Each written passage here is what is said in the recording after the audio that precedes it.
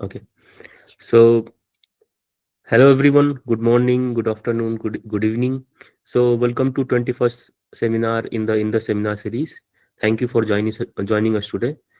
It's my pleasure to introduce today's speaker, Saikat Majumder. Saikat has completed his BS MS dual degree in physics from IISER Pune in 2023. He's currently working at Digantara, where he focuses on characterization of space weather effects on satellite operations. In parallel, he also pursues research on CME thermodynamics, collaborating with Professor Prasad Subramaniam from IISER Pune and Dr. Debes Bhattacharya from University of Glasgow. So also he received a Best Participants Award at Second Indian Space Weather Conference held at PRL Ahmedabad in 2023. So today he will be speaking on the on the topic of space weather beyond academia, navigating the sun's impact on global industry. So he has requested that the seminar can be interactive, and you can raise your hand and ask question to Saikat in between the meeting in between the seminar as well. So over to you, Saikat. Thank you so much, Arpit, for that thoughtful introduction. And it's a pleasure to be getting the opportunity to deliver the 21st Indus seminar. Um, and that too, I believe this is the first Indus seminar where we are having an industry representation. And essentially, I think for that very purpose, I have kept this talk uh, to not be that much technical, while also emphasizing on various effects of space weather phenomena eh, across different sectors in the global industry. While I've also uh, have a section of the talk where I'm focusing on what the work that I do at the Gantara, relevant and its relevance to space weather, and I will be giving some insights on like ways in which industry and academia can collaborate and bridge the gap together, bridge the existing gap in science to sort of um, improve the characterization of space weather phenomena through collaborative research and international collaborations as well. So, without further ado, I would be starting the talk. Uh, so, can all of you guys see the slides changing, right? Yes, we can see. All right. So, so space weather, I assume most of you might be familiar with what space weather is. And regardless of that, I would like to give like a brief introduction of space weather phenomena.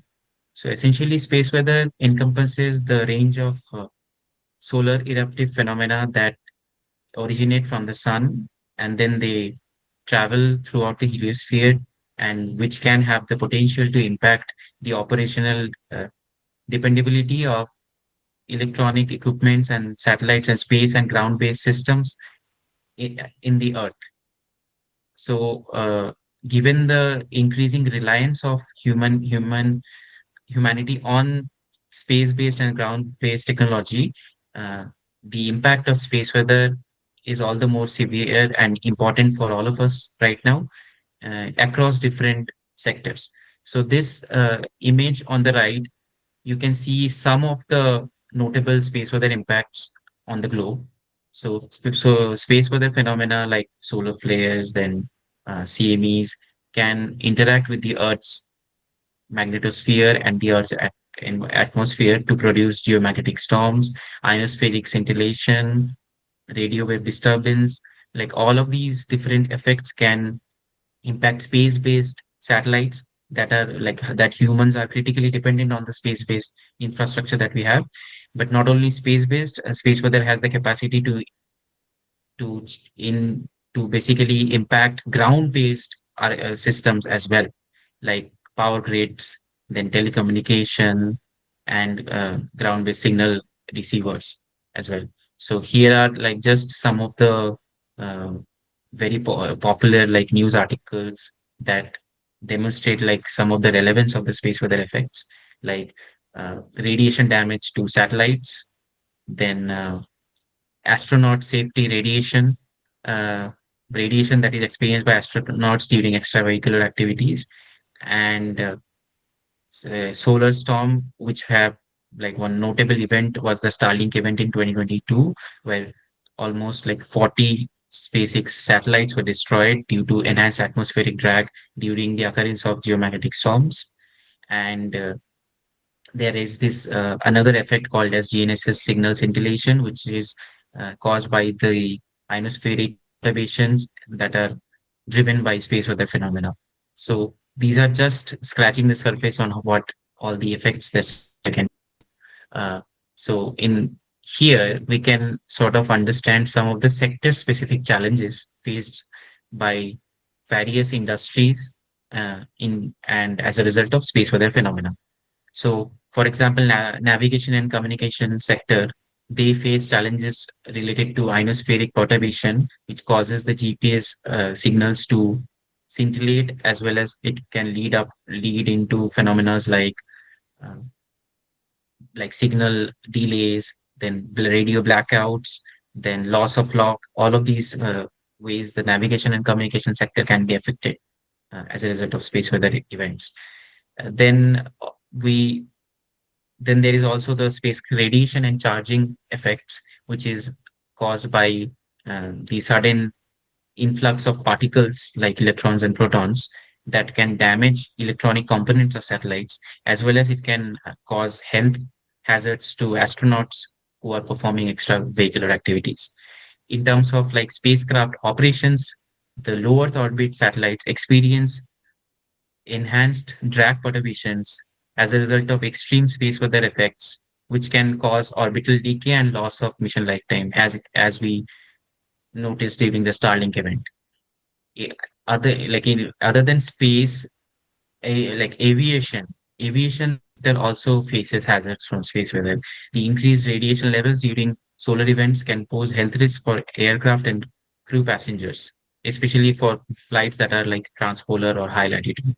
It can and another ground-based impact of space weather is experienced by the electric power sector, whereas where we have instances like the 1989 geomagnetic storm, which caused like the Quebec, Canada's power grids to completely fail and damaged. So that happens as a result of this phenomena called as geomagnetically induced currents or GICs, which again is driven by space weather phenomena. So in this talk, I will initially be focusing on the first three aspects of the sector-specific challenges, which is the ionospheric perturbation, space radiation, and atmospheric drag effects. Uh, and then because like covering all of these different sectors effects will not be uh, feasible for the duration of this talk, but uh, I will be particularly focusing on the first three aspects. So here is the ionospheric irregularities and GNSS disruption that is driven by space weather. So on the left, you can see a plot of the May 2024, infamous May 2024 geomagnetic storm, get the Gannon storm. So in this, the KP, in the top plot, you can see the KP and the CMH index, which are indicators of geomagnetic activity. In the bottom two, you can see the ROTI, which is the rate of TEC index, and the position error. So essentially, what this result is showing us is that space weather can cause ionospheric irregularities, which can cause like fluctuations in the signal amplitude and result in loss of precise point positioning, which is very important to maintain custody of like GNSS satellite of objects in space. So this plot, you can see that the high precision ground GNSS stations have experienced very much higher precise positioning errors of up to 20 to 30 centimeters during the peak storm time occurrence of the May 2024 Karen storm. So essentially, this sort of events tell us that how a geomagnetic storm can cause like signal delays and result in like positioning errors for GNSS receivers on ground. Now, here in these two plots, on the plot on the left, you can see that this is essentially LEO satellites, Cosmic 2 and Spire, of precise orbit determination, total electron content, data accuracy. And this is showing that during the occurrence of the storm, if you check the middle plot on the left, which is the probability of POD TEC greater than 75 TEC units. So what this shows here is that the probability that the POD data for TEC reaches a value greater than 75 TEC units is much higher during the occurrence of the geomagnetic storm. And this 75 TEC is used as a quality control parameter for TEC.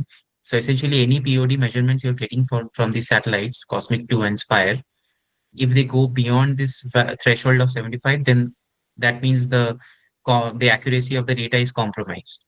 So as you can see in the shaded region during the peak of hours of the geomagnetic storm, the probability of POD-TEC increased by over 40%, which essentially means that the POD-TEC data that we are receiving is unreliable for that duration.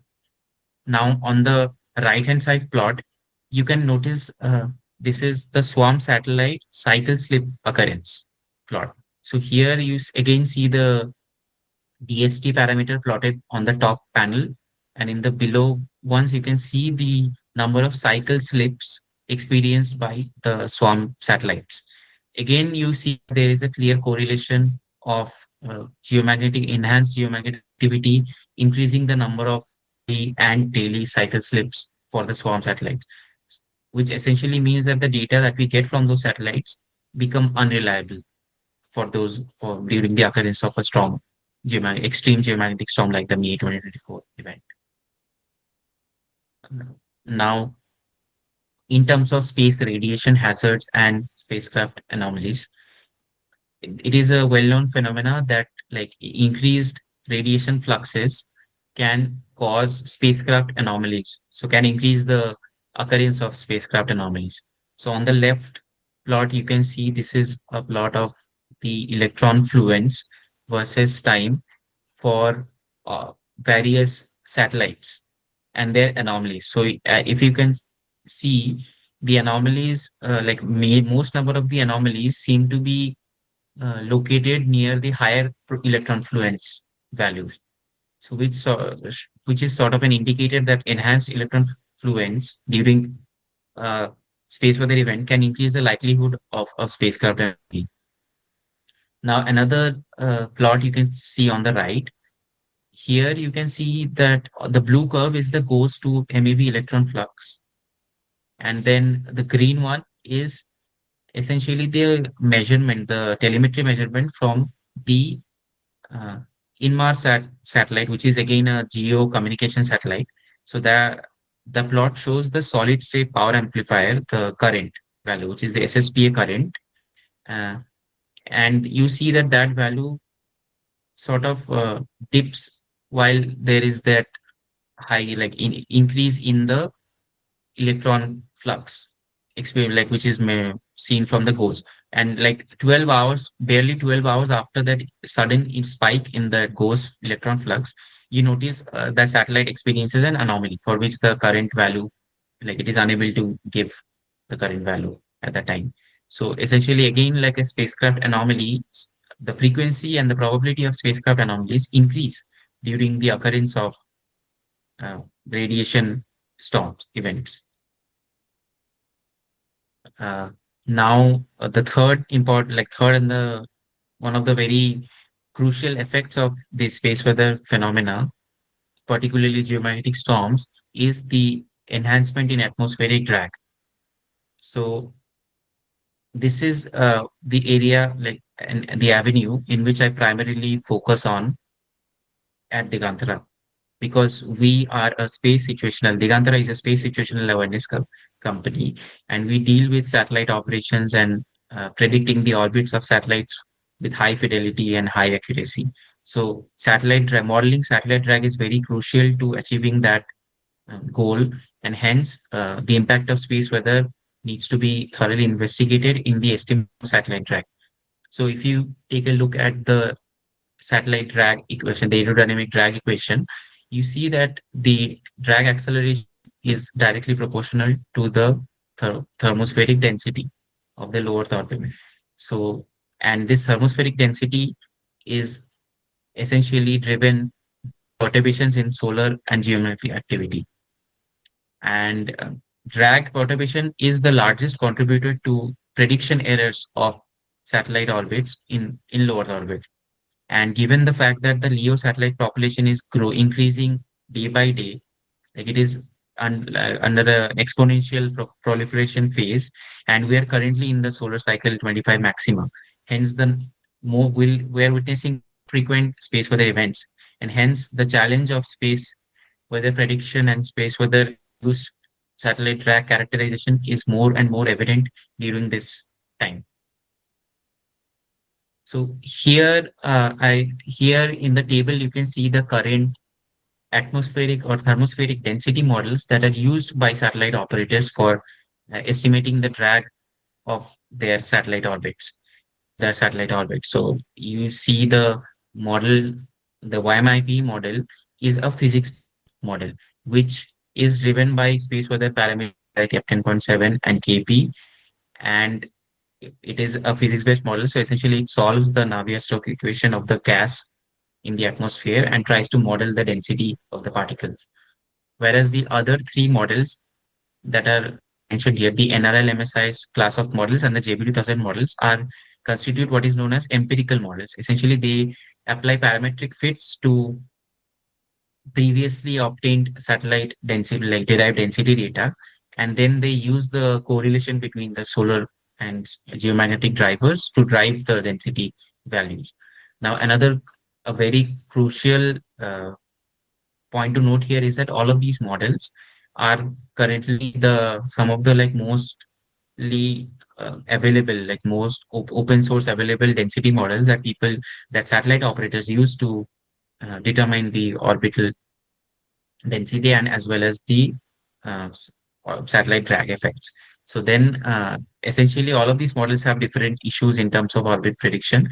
Therefore, an evaluation and validation of these density models is necessary to determine how the viability of these models in satellite operations. So here is here is a research work that I have done at Digantara to evaluate these various thermospheric density models in the prediction of orbits for LEO satellites.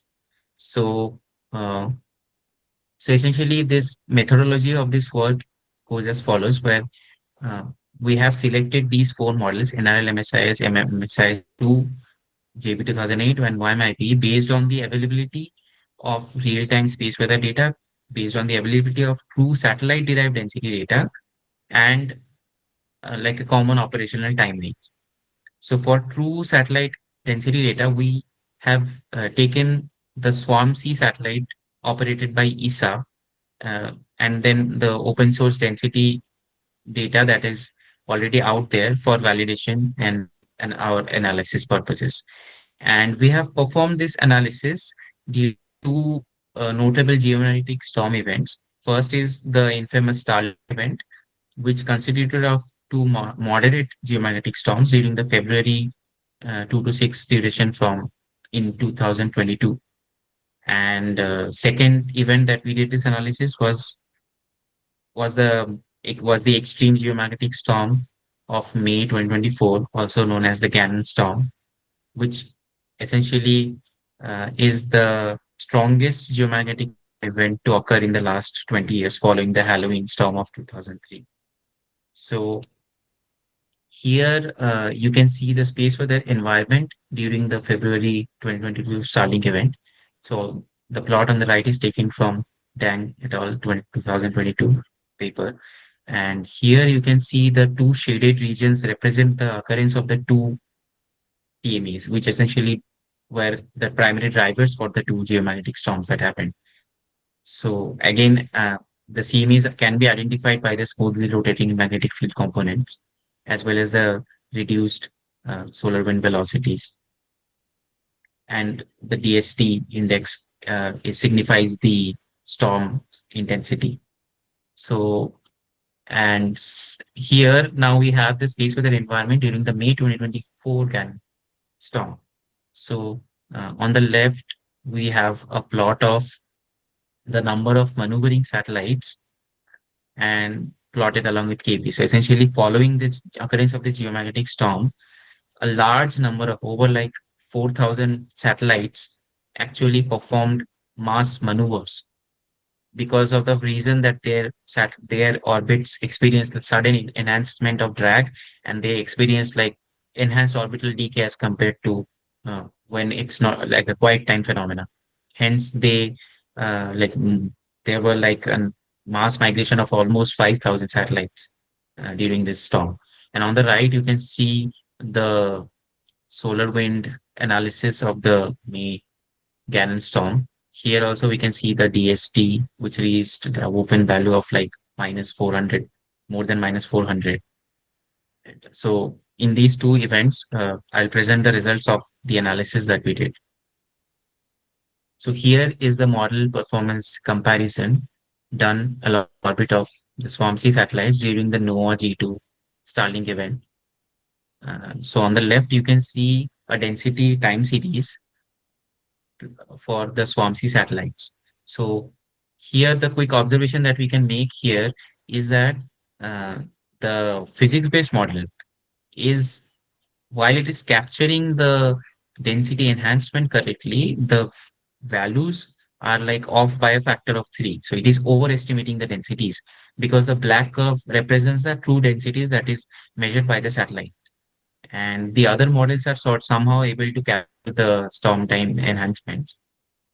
And while we use these models for the orbit propagation, we notice the following. In the right, you can see this is a position error plot. So here you can notice that uh, so zero would mean the true orbit of the satellite. Compared to that, how accurate are these models in estimating the orbits?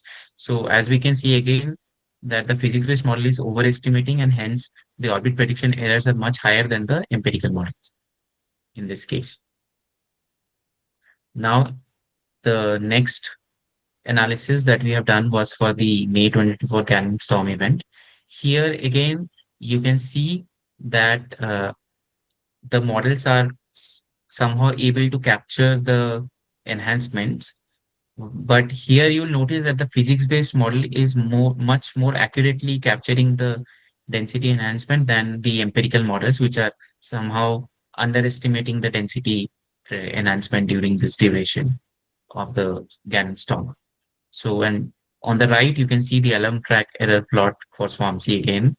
Here you see the physics-based model, the YMIP model is actually giving us pretty close orbit predictions as compared to the empirical models, which were performing good during the 2022 event.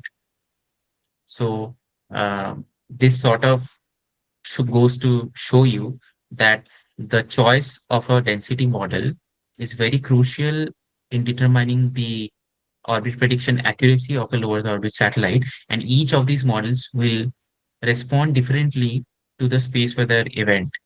Therefore, satellite operators are in need of a very accurate, high fidelity atmospheric density model, which will be able to predict the state of the thermosphere, the density of the thermosphere much accurately by taking space weather phenomena into account. Because this sudden enhancement in density that is there as a result of the storm needs to be captured accurately by the models for them to accurately predict the orbits of the satellite if they are actually traveling in an atmosphere that is that has a highly enhanced atmospheric density values. Um, so, given these understanding that we have right now of space weather phenomena that can impact various industries, it is essentially I would like to highlight in general what the global industry require from the space weather service sector. So these are just again the requirements are just like these are just some of the requirements that were highlighted uh, previously by them multiple times, but they're the actual requirements across sectors are are more than what we have currently highlighted here. But these are some of the more important requirements in from for various sectors in space weather. So For commercial and defense space operations, are in constant need of real-time monitoring of atmospheric parameters and space radiation. Given the pervasive nature of the atmospheric parameters and the radiation-induced anomalies, real-time monitoring is a crucial part for commercial and defense satellite operators. And uh, as we noticed how the impact of the neutral density, the thermospheric density forecast, so people in the industry are actually seeking near-term and long-term neutral density forecast improvements and also development of novel models for improved conjunction assessments. So essentially, since low Earth orbit is becoming crowded day by day, there are more number of satellites that are crossing next to each other. And in order to estimate what the satellite will be 7 days later, we need to like an high accuracy model to do conjunction assessment of the satellites there. And constellation, in addition to that, constellation operators and product developers also need charging, radiation, and communication environment information for operations and anomaly resolution. So this is very important for uh, satellites in low Earth orbit, given the fact that any satellites that are in like a geostationary orbit or beyond, they are manufactured keeping the radiation hardening in mind. Whereas low Earth orbit satellites are very built using commercial off the shelf COTS technologies, which are very cheap and easy to manufacture because of and scalable. But then the radiation hardening process is not followed that thoroughly for low Earth orbit also. Therefore, there is a need of models that will characterize the charge, the environment of the particle flux in the low Earth orbit. And in addition to that, given that the signal loss of lock and signal delays can be very crucial to obtain precise point positioning for GNSS satellites, improved estimation of ionospheric total electron content and forecasting during space weather events is also very crucial for operators. In addition to that, uh, human spaceflight, like we know that Gaganyaan is coming up, and like there will be more and more like human spaceflight missions that are going on. I believe many of you might know that IIST is actually doing conducting like research on like human spaceflight and what are the radiation dose levels required. So essentially, this is still a field of research, and we need more like improved radiation dose measurements, modeling, and tools techniques for designing these human spaceflight missions. And now, in terms of aviation, aviation industry also requires like radiation measurement for the low altitude, like for the aviation altitude flights, and it also requires space weather forecast because like sudden space weather events can trigger like an increased radiation activity which the and it can also trigger like communication disturbances, which is very crucial for aviation industry. Now, how can academia sort of contribute in towards like providing these needs to the industry, and how essentially there can be a research to operations to research framework between the academia and industry for constant model improvement and operationalization. So for that, again, currently academia is thoroughly focusing on development of forecasting models for for essentially modeling the space weather drivers, the space weather solar eruptions like CPs, SCPs, solar flares, and also modeling is happening for characterizing the arrival time of sea image, which is important for predicting the intensity of geomagnetic storms. Atmospheric electron content modeling research is also happening. GIC and more research is happening across academia throughout the world. Now, what is essentially required is for academia and industry to collaborate in terms of performing independent validation and benchmarking of systems. So essentially, anytime a model is being developed, that model uh, should be utilized by that model like should be utilized by the industry who require space weather forecasting, who are uh, across the area, who belong to various sectors, so that they can inform their operational decisions based on the accuracy of the models. And there is another thing in space weather which is currently lacking, which is that there aren't any standardized alert systems and risk assessment frameworks or tools that can directly translate the scientific research into actionable insights for each of the industry decision making process. So essentially, no, like in terms of space weather alerts, every people in the world rely on NOAA Space Weather Prediction Center for delivering their geomagnetic storm alerts or like issuing the warnings for solar radiation storms or radio blackouts. But given the current situation in like NOAA federal agency, I think is not going to be supplying all of these forecasts and the alerts on a reliable and regular basis for the upcoming years. So therefore, we need some alternative standardized development framework where we can develop an alert system for space weather effects, which can again come in very handy to bridge the gap between the government services, industry requirements, and academic research. Other than that, like in order to sort of achieve that, the space for the R2O2R framework is something which is adopted by multiple universities across the US, where they essentially transition the research advancement into operational models, and then you make the operational models be used by various sectors, and then gain feedback from them to sort of further refine the modeling efforts. So some examples for this are the SWOT Center in CU Boulder, the Sparta Center of Excellence in Boston University. Then I think CLEAR is a initiative taken at the Michigan University of Michigan. Then the Centers for Geospace Storms at the NCAR HAO. These are some of the centers of excellence which are funded by NASA to improve the space weather modeling capabilities and transition the products developed there directly into for usage in the industry and the global. So these are like great initiatives. And I think if more researchers focus on the impact and the application of uh, heliophysics research and solar physics research and space weather research into operationalizing products in the industry, then we can sort of create an environment where where models can be regularly tested and validated by commercial and defense sector people, and then the modeling efforts can be funded by or improved by like incorporating industry into the decision making process and creating a feedback loop.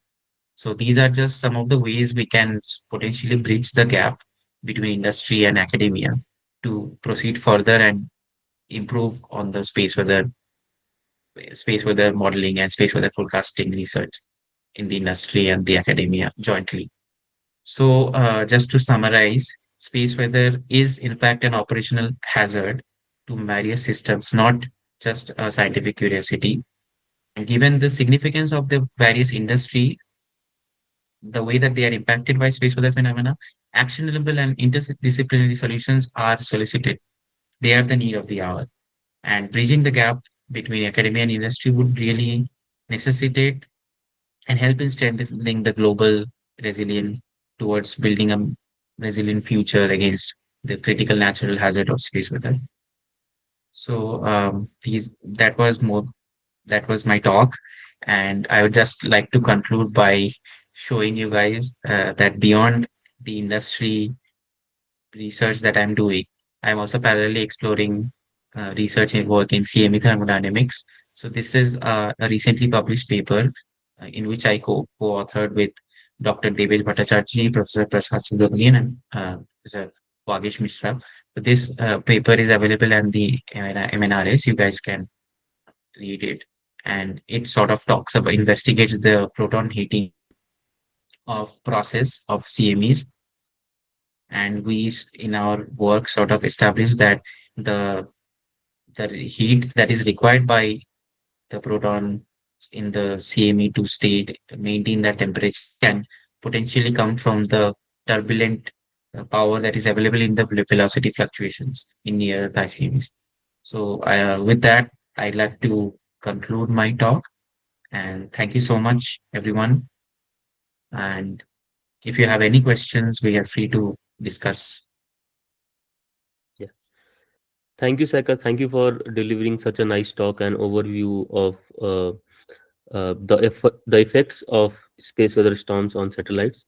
So I would like to audience to ask questions. So there are some raised hand from the audience. So Agadeep, would you like to ask some questions? Yes, Saikat, thank you for the nice talk. I missed, I think I missed some part of your talk initially, but I was curious. Can you comment on why is it that the physics-based models, they sometimes provide reliable estimates for the density, and in some cases they just fail? Is it some kind of a parameter that's misbehaving? What do you think is going on there? Okay. All right. Let me just go to that particular slide where I have the comparisons of the density estimates of physics-based models. Um, yeah. So, so to elaborate, essentially, the reason why physics-based models are sometimes providing accurate estimates and other times might be overestimating is because of the fact that this model, the YMIP model, was developed by NOAA in two modes. So they had one mode where they directly ingested the 5 minute solar wind observations from the A spacecraft in to drive their model. So essentially they were using the IMF parameters, then like in addition to just KP and F10.7 to drive their models. Now, if you use the high energy inputs of the solar wind directly to a physics model, that can sort of cause like an overestimation in the output because the energy that is there in the initial solar wind gets dissipated in the atmosphere through a step-by-step process. So the high energy of the from the solar wind gradually like translates to like it gets like dissipated in the atmosphere through Joule heating.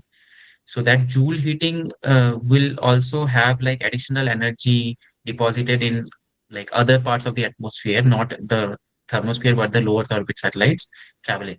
So that can be a potential reason why the physics-based model is overestimating the estimates for some cases. And I think another reason is that this model went through several cycles of improvement. So from 2022 to 2024, the model has significantly improved in its performance, is what I have observed while I was using the physics-based model. But there is another caveat which I think people should know is that physics-based models, while can be accurate in terms of capturing the physical phenomena better than empirical models, are computationally very expensive. So essentially, they like running a physics-based model takes quite a lot of time. Whereas if you use an empirical model, you will get all of these data in like seconds. Whereas if you use a physics-based model, it can take up more than hours to run. So that is another reason why physics-based models are not operationally implemented by satellite operators. So given this, we at Digantara, we are actually trying to bridge the gap between physics-based models and empirical models. We are trying to build like a hybrid atmospheric density model, which we are currently proprietary model. We're still testing it out, but like that is what we are like trying to achieve here. Just out of curiosity, is there any model that leverages machine learning in this domain? Sure, of course, there are multiple models that use machine learning. The And only thing with that is that uh, they again, machine perform learning they models can perform be, equally fine yeah, like this, is or there are caveats with them as well? caveats with them are there definitely because see, the thing is that machine learning models, while are very again computationally not expensive, like they require very less computational time, and they can identify patterns in this parameter of density very quickly. The only problem those models face is that they will not be as easily be able to identify correlation between space weather parameters versus uh, the density is enhancement. So essentially, if, for example, if you see at this May 2024 case, right, here we have the storm commencement highlighted by the dashed line, which is where the Kp value rose to 8 minus. So in that is where like after that storm initiation phase, the density started gradually rising. But the model, the way that the model can see that is that the model responds like density responds differently to storms depending on the or and the altitude, because density is a exponentially it exponentially decays with altitude. So the higher or you go, the lower the impact of Kp or the geometric storms will be. So essentially, there aren't many satellites in the low Earth orbit which can supply density data for the model to be trained on. So these are very few satellites which are there. So they would not cover the globe. Hence, if you're trying to use an AIML model to predict a satellite which is say at like 850 kilometers altitude, there is no equivalent satellite that is providing data at that altitude. So then the model would have no reference to predict. It can only be trained using current existing models then. And then it will in that case be as good as what the model is performing, like what current empirical or physics-based models are giving. But Yeah. that is an active area of research, and I may say that we are also trying to leverage AI to improve the predictions. That is definitely like a very like ongoing area of research, very high impact field of research. Okay, So yeah, thank you. that's an excellent question. Thank you for asking. Yeah. I think Ritesh has a question. Would you like to ask or should I read? Ritesh? Yeah, I will. I think I will ask then. So in Digantara, uh, are you also focusing on or planning to work towards CME arrival, flare occurrence predictions in collab with academic institutes? That's the question Ritesh asks. Okay. So at Digantara, currently we are focusing on, as I mentioned, spacecraft like satellite orbit prediction. That is the primary field of research because in SSA, you want to know where your satellites are. So that is like one of the primary concerns in the field domain of SSA, and Digantara is an SSA company. Again, that is while that being our core focus, we are also parallelly trying to investigate the impact of space radiation in LEO satellites, as well as the ionospheric perturbation that can cause signal delays, because that is also something very relevant to the space industry. Now, CME, with respect to CME arrival, flare occurrence prediction, that is something we are planning to expand to extend our avenues in that domain. That is very significantly dependent on what the requirements from end users are, right? So I would say that in the satellite industry, as of now, the end users are primarily interested in knowing whether or not a geomagnetic storm is going to happen or not. And that is directly tied to the arrival time of CME. Yeah. Similarly, the radio blackouts occurrence is directly tied to the flare occurrence of predicting solar flare occurrence.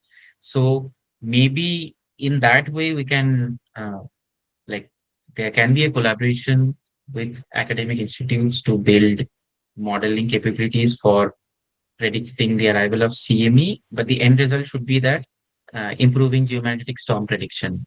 Similarly for flares, but the end result should be uh, predicting radio blackouts in for various satellites. So, so in that way, we can definitely explore. Right now, the situation, as I mentioned, is it all depends on the requirements that are coming from the industry. Okay. Thank you, Saikat. The next questions are from Sifana and Dinesh. Sifana, I think you can go first. Hi, Saikat. It was a nice talk. I really enjoyed it. I just want to know. I think Digantara is a profit company. So currently, who are Digantara is catering to? Who are your clients and in operational aspects? Like from your work, I understand it's mostly research based, like what we do in the academic institutions. But in operational aspect, what this company is catering to, or who are your clients, basically? Okay, I mean, I can give you an overview of that Sure. essentially. So primarily, Digantara given the fact that we are a space domain awareness company, Mm-hmm. we our primary customers range from like defense agencies across the world, because they have this very important requirement of wanting to know like where their satellites are and where other adversary satellites can be. So that is the defense sector is something that is we are primarily catering to right now. We also have like commercial space sector where where essentially they want information on again where satellites are located, and then assessment of conjunctions, like potentially if two satellites are colliding in the future. So modeling those conjunctions is something we focus on as well. Um, One thing that I can say is that like this year, 2025, we launched our first space surveillance satellite called Scott. So it is a SSA optical payload, which is designed to track space objects with precision. Because in order to track objects, you not only need ground-based telescopes, you also need space-based sensors, and in combination with these data sources, you require models. So we are developing softwares that we are like providing to customers in the defense industry, in the commercial space sector, and we are also again providing like getting data from space objects as well as telescopes, ground telescopes, to monitor space objects. So we are creating that database as well. So essentially, primary customers, as I mentioned, are defense across the world and commercial space sector satellite operators. So essentially, you're saying like that our existing models, like Nova, and is not really enough, and you're uh, focusing on something different. Yes. Okay. Yeah, definitely. Like so, anytime you like it is modeling is always a process, it is always a recursive process. So you develop a model, then you realize that that model had limitations, and then you develop another one. So it's just the way things are going, and we are constantly trying to improve the prediction capabilities that we have. So there like in that is why I said that there is a requirement in the global industry as well for improved modeling capabilities. So yeah, I mean, again, the software, like various softwares that modules that we're developing for the space sector are like catering towards various problem statements within the space industry. And it can be customized to the different user requirements as well. But as I mentioned, defense and commercial space sector is currently what we have like interaction with. And we'll be open to again engaging with more industries. As I mentioned, all these different sectors like the ground electric power sector, the aviation sector, the human spaceflight sector, these are still untapped sectors in the space domain, or I would say the space weather domain. Given that Digantara is the only company in India at the moment who are actively focusing on space weather, these are directions where you can see potentially see us going in the near future. So, yeah, I hope that answers your question. Yeah. Thank you. Dinesh, you can go ahead. Okay. Yeah, it was nice talk. Thank you. And so I have a question regarding the actionable space weather in terms of density prediction. So what is the actionable prediction means? Like how long you have to maneuver your spacecraft or your customer's spacecraft. So current prediction is enough. The time.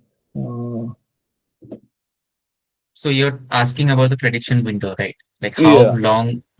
how long of a prediction window do we want for an improved accuracy? So I would say no, the current prediction capabilities are definitely not enough, because firstly, the thing is that the density prediction is intricately tied to the prediction of space weather parameters itself.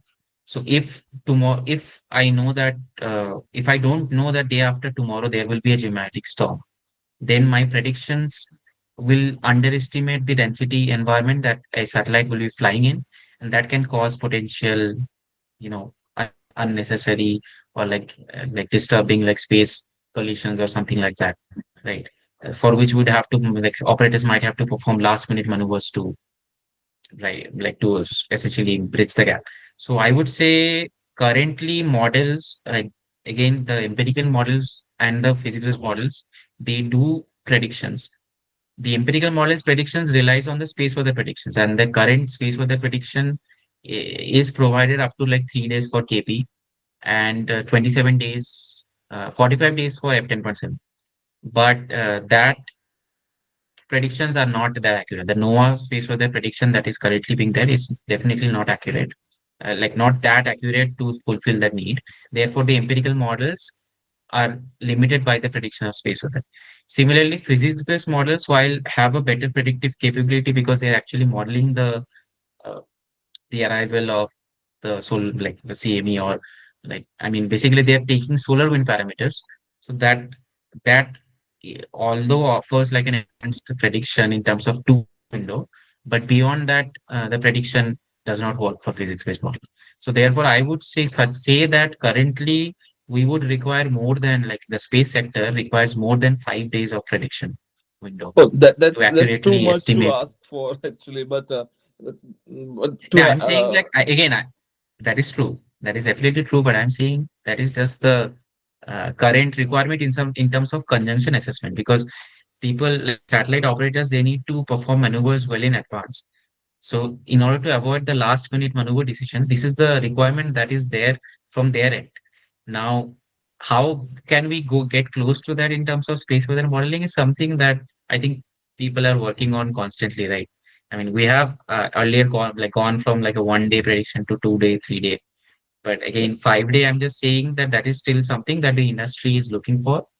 But again, we're still not there yet, but I think work is going on. So I believe okay, so with improved prediction capabilities, we might be able to go there. You never know. okay, But yeah, I have one more question to you.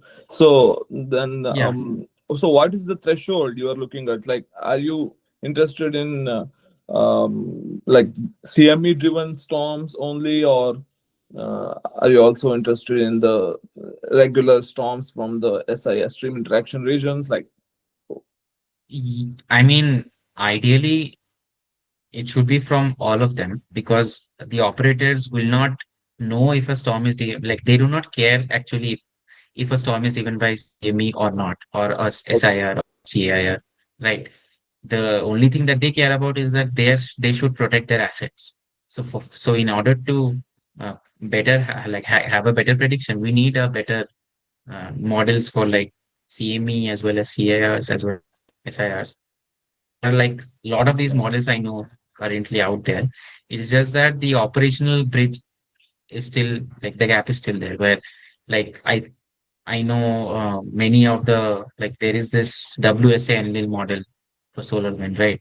Like, that is not operationally used by modelers yet because of, like, the computational time and a lot of other requirements. But yeah, I mean, that is so essentially like the people who WSA inlet require. is operational. So yeah, I think in terms of No, you, operation means different. So operational means here the space with the prediction center yeah, operation yeah, is considered as operation itself. So yeah, yeah. It's used in Swift, like Nova Swiftsy, but then that is not like directly translating to like the satellite operators because they don't know how to use it. So okay, one in last terms of that, question to we're, you.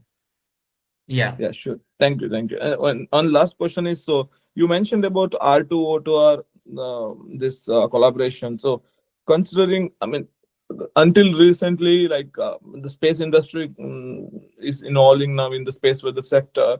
So otherwise, operation was only through government agencies. So the collaboration between academics and government agencies were okay, good because it is the same taxpayers' dollars or the money. But in your case, like Yes. it's a proprietary model you are going to build based on the research from the academics, and then what you exactly do for the operation to research. Do you really contribute to operation to research considering you are a private entity? I mean, if such a framework exists, then 100%, 100%, there would be a feedback loop, because if like okay, so say for example NASA, right? NASA is awarding these contracts to government agencies for the R2O2R framework, right? And like universities like the Colorado University, like University of Colorado, that they have this framework where they build these models. They are directly transitioned and for use by neither NASA or NOAA, right? But then in US, there are industries who are actively participating and collaborating with academic institutions to build operational models that they are using to provide services to customers. So that is there in like it is already started in the US. So there are multiple companies that I know where like which are like offshoots from like some academic institutions where like the academic institution, the researchers, they join those companies and then they are having a collaboration with the university to effectively develop that model and use that as a part of that R2O2R framework. So But it is it's definitely R2, possible. it is R2O, but not the O2R. That's my concern. If it is a private industry, I mean the private No, but company.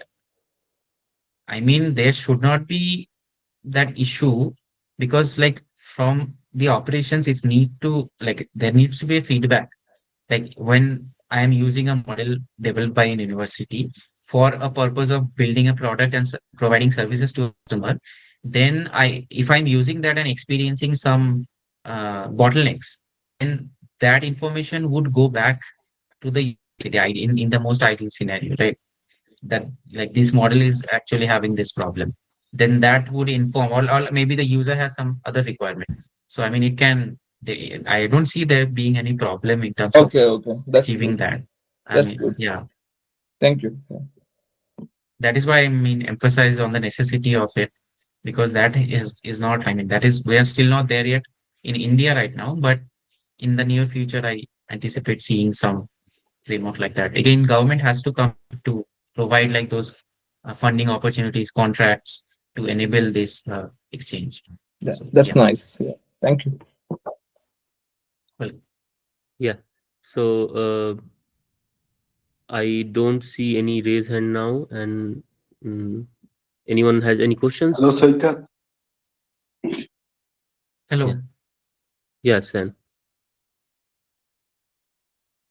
Hello, Saikat. I have no question. That is nice talk we made in Ahmedabad PRL. Do you know? Yeah. Oh, yeah, I Yes, remember sir. the Ahmedabad PRL. Okay. So uh, And shall- how are you, Arpit Bhaiya? yeah, I'm good. I'm good. Let's I have participated in during ATSOA 2023. Okay, okay. Maybe we can talk it about later, and let's see if anyone has any questions right now, or if you don't have any questions, let's thank Saikat. Thank you so much, Saikat, for providing an overview of these effects of space storms on satellites and role of academia in bridging operation and research. And that was a nice overview and nice talk for the community, solar physics community, to understand how we can contribute towards academia, towards bridging the gap between academia and industry.